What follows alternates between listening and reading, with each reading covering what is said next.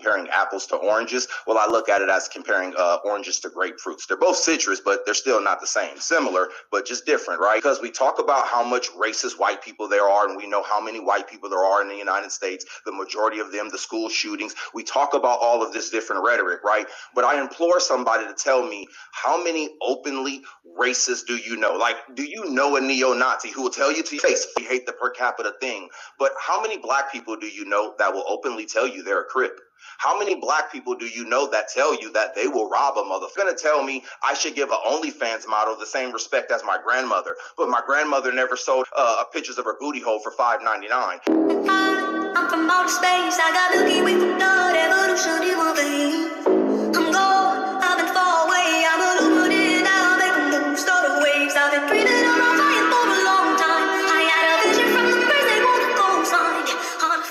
Right now, on the ground. He's talking about TV shows, man. Yo, get the fuck out of here, bro. Okay, all right, we're gonna stop the nonsense. The CHOOSTA, he has not gone yet. I'm gonna let him go, and then Sage, you can respond. Is it our powerful after on deck or no? Go ahead, the CHOOSTA. Hey, thank you. Shout out. Jesus Christ. Appreciate it. Cultivating. Dr. Feelings, Dope Media. Appreciate you. TT, I don't know you, but I've been listening to you be a co-host, and I appreciate you. You're doing a really good job.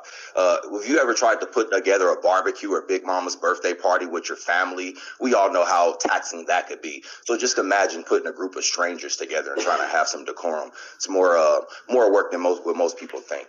So just really quickly, right? Excuse me, I'm tired. Shout out to black farmers over here slaughtering pigs and shit. But I've been listening to this conversation. There's a few things that I kind of want to talk about really quickly. The first thing that I want to talk about is that why is it that we're always misinterpreting when a black person dies that somebody is saying that, okay, they deserve to die because of their actions. Like, say, for example, if you're breaking into my house, if you're doing certain things, we know those actions can lead to one, imprisonment, or it can lead to your death. But then the dichotomy is compared to, well, then somebody says something that you don't like and you know your rhetoric is inflammatory. Well, those are not one and the same. Sometimes we say comparing apples to oranges. Well, I look at it as comparing oranges to grapefruits. They're both citrus, but they're still not the same. Similar, but just different, right? So just really quickly, I'm going to land this really quickly, but I want you guys to just listen to this whole perspective, because we talk about how much racist white people there are, and we know how many white people there are in the United States, the majority of them, the school shootings. We talk about all of this different rhetoric, right?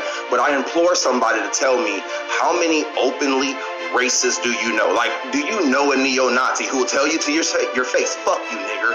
How many people do you know that will actually do that, right? And this is how many people do you know are walking down the street with their Ku Klux Klan cloaks on and doing these things to your open face? The reason why I'm saying that is because there's a lot of white people in the United States. But now let's just do a little bit of a comparison. And I know we hate the per capita thing, but how many black people do you know that will openly tell you they're a Crip? How many black people do you know that tell you that they will rob a motherfucker and that they will actually commit felonies? How many black people do you actually know that portray these things, right? And now these are the conversations that we're having, because listen here, George Floyd actually held a pregnant woman at gunpoint, at hostage, right? Charlie Kirk never did that. And here's the thing, you're gonna tell me I should give an OnlyFans model the same respect as my grandmother, but my grandmother never sold pictures of her booty hole for $5.99. Now, I'm not gonna say that rape is right in any case, but this is what I'm saying though, right?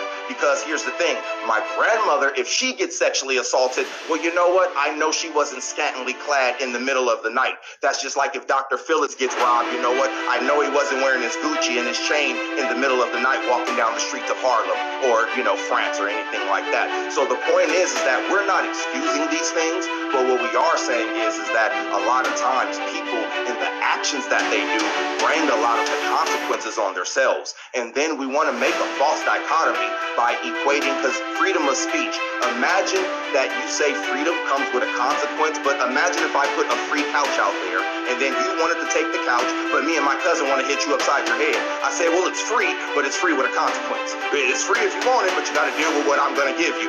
Then that's not free. Then you're telling me I have to deal with something in regards to my freedom. So here's the thing. Now, I do believe in this. Now, if you threaten me, or if you say you're going to steal, or if you're going to do something, I believe you. I'm going to believe you, and I'm not going to wait for you to do it. I'm going to take preemptive measures. So I think this conversation is very nuanced, but I think as Black Americans, we don't really want to have a real life conversation. That's just like when the boy got shot. He was running down the street with a gun. He didn't point it at the cops, but the cops shot him. I'm not excusing the behavior, but you know what we all did? We excused the behavior of the father who shot the cop that didn't even shoot his son. We excused that man. But how sad and tragic is it, ladies and gentlemen, when we're just talking about the life of humanity? Regardless if you believed in him, because I didn't believe in George Floyd and what he did in his life, but I think it was sad for his family, his mother, the people who survived him. And that goes for anybody, ladies and gentlemen, right, wrong, or indifferent, because whether you're wrong, that doesn't mean your mother doesn't suffer when you die. Whether you're wrong, that doesn't mean your children don't suffer when you die, ladies and gentlemen.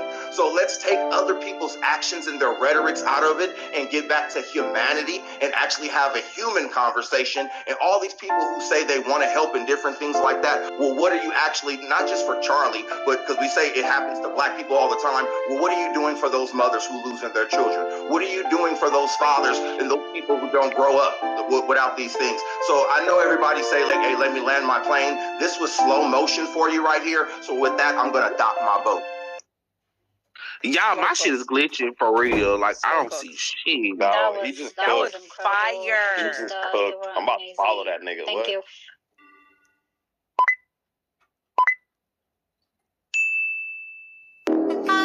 I'm from outer space. I got Milky Way for blood, evolution in my veins.